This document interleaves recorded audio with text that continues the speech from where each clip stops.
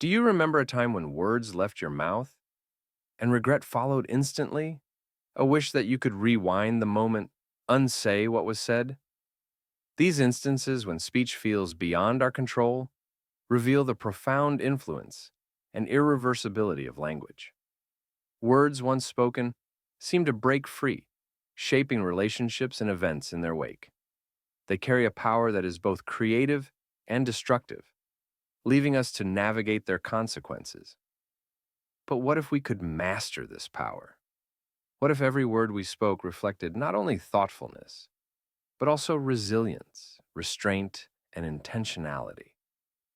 This question lies at the heart of today's reflection. 6 phrases an intelligent person avoids, inspired by the timeless wisdom of Stoicism. To the Stoics, speech was never a casual act. Words were seen as ethical choices, imbued with the capacity to reveal our intellect and values. They believe that language shapes not only how we communicate, but also how we are perceived and understood. Speaking, then, becomes a moral endeavor, a way to embody the virtues we aspire to live by.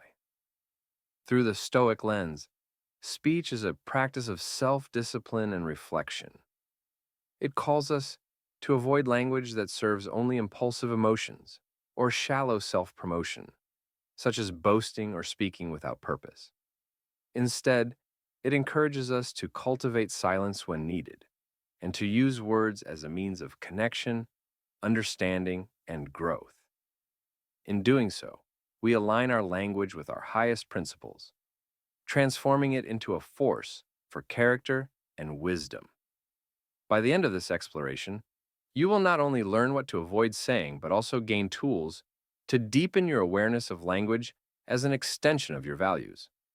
This transformation goes beyond conversations with others. It reaches into the inner dialogue we hold with ourselves. It is an invitation to reshape speech as a vessel for integrity, wisdom, and intentionality, affecting every area of life, from personal reflections to professional interactions. Together, let us embark on this journey, discovering how the discipline of speech can illuminate the path toward greater self-awareness and meaningful connection. 1. Avoid boasting about knowledge. Have you ever met someone who talks mostly about themselves? They share their knowledge, list their achievements, or talk about all the books they've read, hoping to impress others. At first, it might seem interesting or even admirable, but over time, it becomes tiring. Their words feel less like a conversation and more like a performance. The problem isn't their accomplishments or knowledge, it's how they talk about them. Often, this kind of bragging comes from insecurity, hidden behind a show of confidence. The Stoics teach us that real wisdom is quiet and humble. Marcus Aurelius once said, "Nature doesn't boast about what it creates. Neither should we take credit for our wisdom." This means that true wisdom doesn't need to be announced. It's shown through our actions, our kindness, and our ability to make thoughtful decisions. Take John, for example. John was very skilled and successful in his field. He knew a lot and had achieved many things, so he often talked about his accomplishments in conversations. At first, people admired him and found his stories interesting, but as time went on, they started to feel like he was always trying to show off. His colleagues grew tired of his constant self-promotion, and some even started avoiding him. One day, a coworker gave John honest feedback. "You're clearly smart and talented, but it's hard to see that because you're always talking about yourself." This hit John hard. He realized his habit of bragging wasn't helping him, it was pushing people away. He decided to change. Instead of talking about himself all the time, John started focusing on listening to others. He let people share their own stories and ideas. When he did speak, he kept it simple and let his work speak for itself. Over time, people began to respect him more, not because he talked about his achievements, but because they could see his value through his actions. The lesson here is simple. Bragging makes your words less meaningful and pushes people away. True intelligence and skill don't need to be announced. They shine through what you do, not what you say. Learning to be humble starts with listening. When you really listen to others, you show them respect and make space for their ideas. Listening is not just staying quiet, it's paying attention, understanding, and showing you value what others have to say. This builds stronger connections and helps people feel heard. Being humble doesn't mean pretending you're not good at something or hiding your strengths. It means trusting that others will notice your abilities without you needing to point them out. It's about letting your actions speak louder than your words. Bragging often comes from a fear of not being seen or appreciated. But when you let go of that fear, you can focus on building real connections with others. People will admire you not because you tell them how great you are, but because they see it in how you treat them and the quality of your work. So, ask yourself, do your words bring people closer or push them away? Do they create connections or make others feel left out? When you choose humility and focus on listening, your words become more powerful. They show wisdom, kindness, and confidence without needing to prove anything. Remember, real strength doesn't need to shout. It's quiet, steady, and clear for everyone to see. Let your actions do the talking, and let your words build trust and understanding. 2. Never dismiss others' opinions. When you dismiss someone else's opinion without giving it proper thought, it sends a clear message. Only your view matters. It's a way of taking control of the conversation and acting as though your perspective is the only correct one. But doing this isn't just unkind. It can damage trust and block the chance to work together effectively. Marcus Aurelius wisely said, "You cannot learn what you think you already know." Every time you dismiss someone's idea, you miss a chance to grow. You lose the opportunity to learn something new or see things from another point of view. Worse, you risk weakening the connection you have with that person by showing them their ideas don't matter to you. When I was just starting my career, I often made this mistake. I would cut people off or quickly dismiss their suggestions, thinking I was helping by saving time. I didn't realize the harm I was causing. People became quiet around me, holding back their thoughts. Their silence wasn't just about being polite. It was their way of expressing that they didn't feel valued or heard. One day, a colleague gently pointed this out to me. They said, "I think you'd benefit from listening more before jumping in." At first, I felt defensive, but I decided to take their advice. I made an effort to pause before responding, to ask questions, and to truly understand the reasoning behind what others were saying. I learned that even ideas I didn't agree with often had valuable parts worth considering. This change in approach transformed the way I worked with others. People became more open with me, sharing their ideas more freely. I realized that listening doesn't mean you always agree. It simply means you're showing respect for someone else's perspective. It's a way of saying, "I see you and your thoughts matter." Openness to others' ideas doesn't just build stronger relationships, it also creates opportunities for innovation. When we listen, we often discover new insights or fresh ways of thinking that we hadn't considered before. Even ideas that seem flawed at first can spark creativity or lead to better solutions when explored with care. On the other hand, dismissing someone's viewpoint is easy. It takes little effort to say, "That won't work," or "I don't agree." But engaging with someone's ideas, even when you don't agree with them, requires humility and courage. It means admitting that you don't know everything and being willing to see things from someone else's perspective. Listening is more than just staying quiet while someone else speaks. It's about being fully present, asking thoughtful questions, and trying to understand where the other person is coming from. It's about making people feel heard and valued, even if you don't end up agreeing with them. When you dismiss others, you close doors.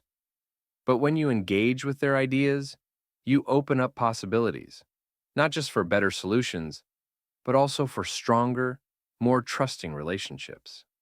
People feel respected when you take the time to hear them out, and that respect often leads to better collaboration and teamwork. So ask yourself, do you listen to respond or do you listen to understand? The difference is profound.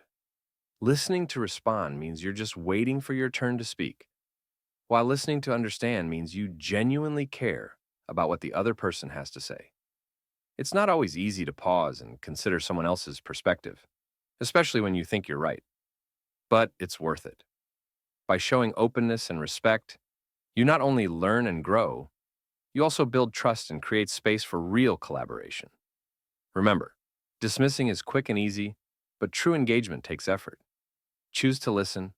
It's one of the simplest and most powerful ways to show respect, build trust, and invite new ideas into the conversation. 3. Refrain from complaining without purpose. Complaining, especially about things we can't control, is like giving up. It wastes energy on frustration instead of focusing on solutions. When we complain about something without trying to change it, we're letting that thing control us. Stoic philosophy teaches us to focus on what we can control and to build our strength by mastering our reactions to life's challenges. Marcus Aurelius put it simply, you have power over your mind, not outside events. Realize this, and you will find strength. This means that while we can't always change what happens to us, we can control how we respond. Complaining doesn't fix anything. It drains the person complaining and tires out the people who have to listen. Take Peter, for example. Peter had a habit of complaining about everything: work deadlines, the weather, even the coffee in the office. At first, people tried to sympathize, but over time, his constant negativity pushed them away. His colleagues started avoiding him, and the atmosphere around him became tense and uncomfortable. One day, a friend asked him a simple question: what are you doing to change these situations? That question stopped Peter in his tracks. He realized that most of the things he complained about were outside his control. Worse, his venting wasn't solving anything. It was just making him and everyone else feel worse. Peter decided to approach things differently. Instead of complaining, he began asking himself, what can I do about this? For things he could change, he took action. For things he couldn't control, he practiced letting go. Over time, he noticed a big shift in his mindset. He became more positive, and people around him started to feel more comfortable. His relationships improved, and his work environment became less stressful. The lesson here is clear. Purposeless complaining doesn't help. It only makes things harder. But when you stop and reflect before you complain, you can turn frustration into something useful. The first step is to pause and ask yourself, is this something I can change? If the answer is no, there's no point in dwelling on it. Let it go and focus on something more productive. If the answer is yes, use your energy to think about solutions instead of just venting. Turning your frustration into action can lead to real progress and a better outlook. It's also important to think about how your complaints affect others. Constant negativity can weigh people down and damage relationships. On the other hand, when you speak with purpose, sharing ideas, or asking for help to solve a problem, you invite others to join you in finding solutions. This builds connection and trust, rather than wearing people out. Complaining is easy, but it takes strength to reflect and choose a better path. It's not about ignoring your frustrations or pretending everything is fine. It's about deciding how to respond in a way that helps you move forward. Before you complain, take a moment to think. Ask yourself, what is the purpose of sharing this frustration? If it's just to vent, consider whether it's worth it. If you're looking for support or brainstorming a solution, frame your words in a way that encourages action and positivity. By focusing on what you can control and letting go of the rest, you free yourself from unnecessary negativity. You also inspire others to do the same. Complaining might feel satisfying in the moment, but it rarely leads to growth or change. Instead, choose to reflect and act with intention. You'll not only improve your own mindset, but also create a more positive and productive environment for those around you. Remember, your energy is precious. Use it wisely. 4. Avoid empty promises. A promise, no matter how small, is more than just words. It's a commitment to act. When you make a promise, you're tying your words to your actions. Breaking that promise, even by accident, can harm your reputation and relationships. It sends a message that your words don't carry much weight.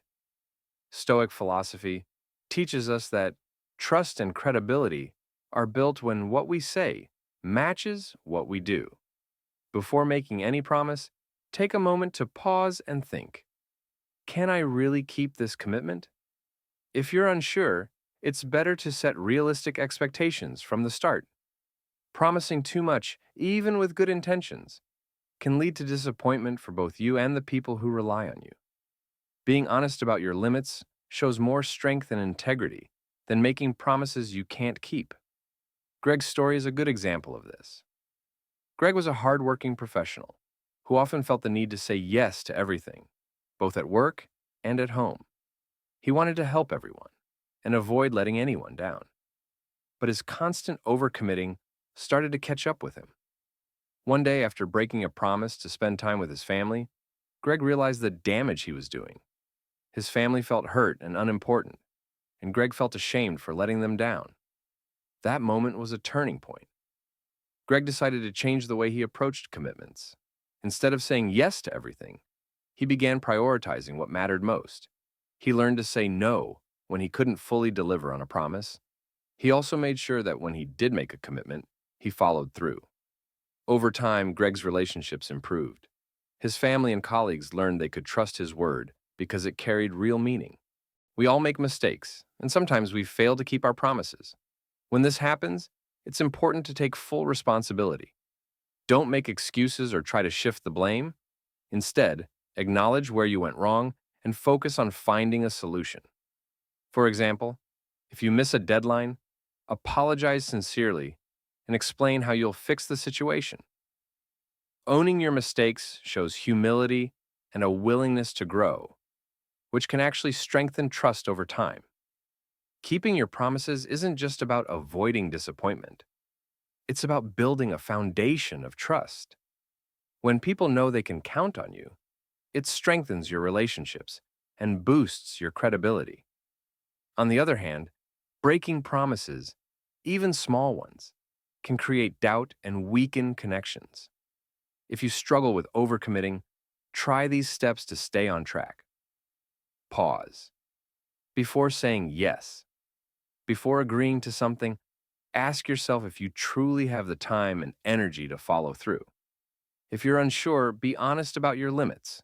It's better to promise less and deliver more than to promise too much and fall short. Prioritize commitments. Focus on what matters most.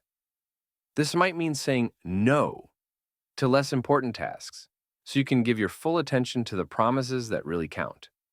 Communicate clearly. If something unexpected happens and you can't keep a promise, let the person know as soon as possible. Explain the situation and offer a realistic alternative or solution. Learn from mistakes. If you break a promise, reflect on why it happened. Did you take on too much? Did you underestimate the time or effort required? Use these lessons to make better decisions in the future. Remember, a promise is more than just words. It's a way to show respect and care for the people in your life. By keeping your commitments, you demonstrate integrity and reliability, which are the foundation of strong relationships. In the end, the key is to align your words with your actions. When you speak thoughtfully and follow through on what you say, your promises carry real meaning. And when your words carry meaning, so do your relationships. 5. Do not deny mistakes. Mistakes are a natural part of life. We all make them, no matter how careful we are. But pretending that we didn't make a mistake only makes things worse. Denying our errors can create more problems, and it often damages relationships. Admitting when we're wrong isn't a sign of weakness. In fact, it takes strength.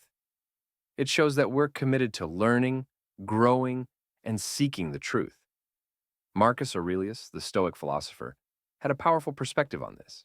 He said, "If someone proves me wrong, I will gladly change, for I seek the truth, which harms no one." This quote reminds us that admitting we were wrong doesn't harm us.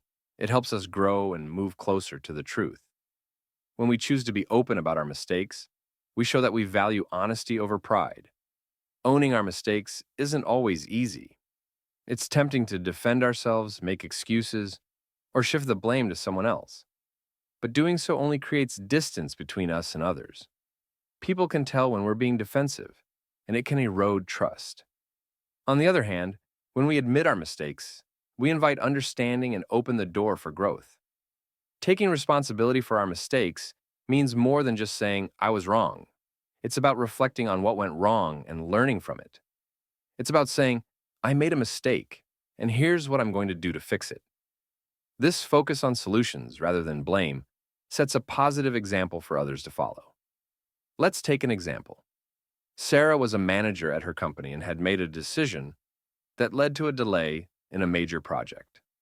At first, she tried to downplay the mistake, hoping it would go unnoticed. But the more she avoided admitting it, the more tension built up among her team. They could sense that something wasn't right, and it made it harder for them to trust her. Eventually, Sarah decided to take responsibility. She gathered her team and openly admitted her mistake. She explained how the decision had been made, what had gone wrong, and most importantly, how she planned to fix the situation. Instead of blaming others or making excuses, she focused on what could be done to move forward. Her team appreciated her honesty. They respected her for owning up to the mistake and for leading by example. Over time, this built stronger relationships and a more supportive work environment. When you own your mistakes, you create an opportunity to rebuild trust. People are more likely to forgive when they see that you are genuine in your apology and committed to making things right. It also shows that you're willing to learn and grow. This kind of humility encourages others to do the same. In a world where everyone is afraid of making mistakes, those who admit their errors stand out. They lead with integrity and courage, and they inspire those around them to be more honest and accountable. By focusing on solutions instead of blame, you not only fix the problem, but you also build a culture of trust and respect. So, the next time you make a mistake, resist the urge to hide or deny it. Instead, step forward with humility and honesty. Admit what went wrong and focus on how you can improve. This simple act of courage will strengthen your relationships and show others that growth comes from owning our mistakes, not hiding from them. Remember, mistakes are part of being human. What matters most is how we respond to them. When we take responsibility and focus on solutions, we become better, stronger, and more trustworthy. And by doing so, we encourage others to do the same. 6. Resist oversharing. Future plans. Talking too much about your goals can sometimes hurt your chances of achieving them. When you share your plans too early, you may feel as though you've already made progress, but in reality, you've only talked about it. Speaking too much about your ambitions can drain the energy you need to actually work on them. Instead, let your actions, not your words, show your progress. Keep your goals to yourself until you've made real steps toward them. This idea is rooted in Stoicism, which teaches us that language isn't just a tool to express ourselves. It's a reflection of who we are. The things we say reveal our thoughts, values, and intentions. Stoicism encourages us to speak with care, humility, and purpose, aligning our words with our actions and beliefs. For example, think about someone who constantly talks about their dreams and ambitions.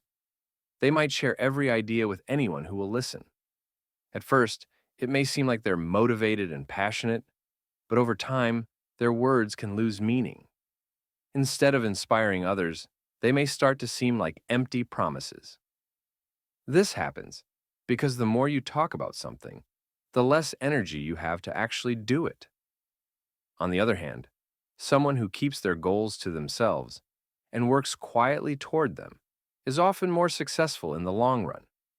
Their progress speaks for itself, and people begin to see the results of their efforts.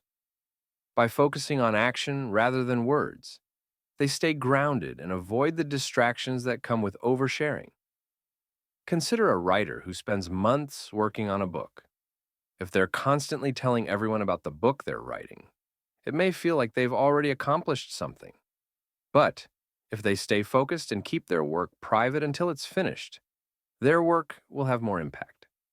When they finally share the book, it will speak for itself, proving their commitment and effort. This idea isn't just about keeping secrets or hiding your dreams, it's about being mindful of how you use your words. Stoicism teaches us that the most powerful words are those that come from a place of integrity. When we speak with intention, we align our words with our actions. This creates trust, both with others and within ourselves. By speaking thoughtfully and acting with purpose, we show the world who we truly are.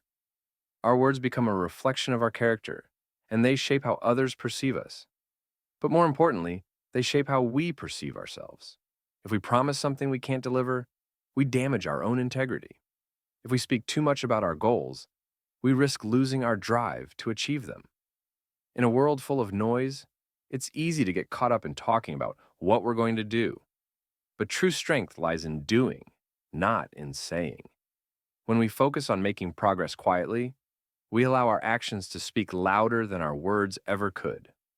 So, ask yourself, what do your words say about you? Are they aligned with your values and actions? Or do they reflect empty promises and distractions? By speaking with care, humility, and purpose, we can ensure that our words are not just noise, but a true reflection of who we are and what we stand for. Let your actions, not your words, be the measure of your success.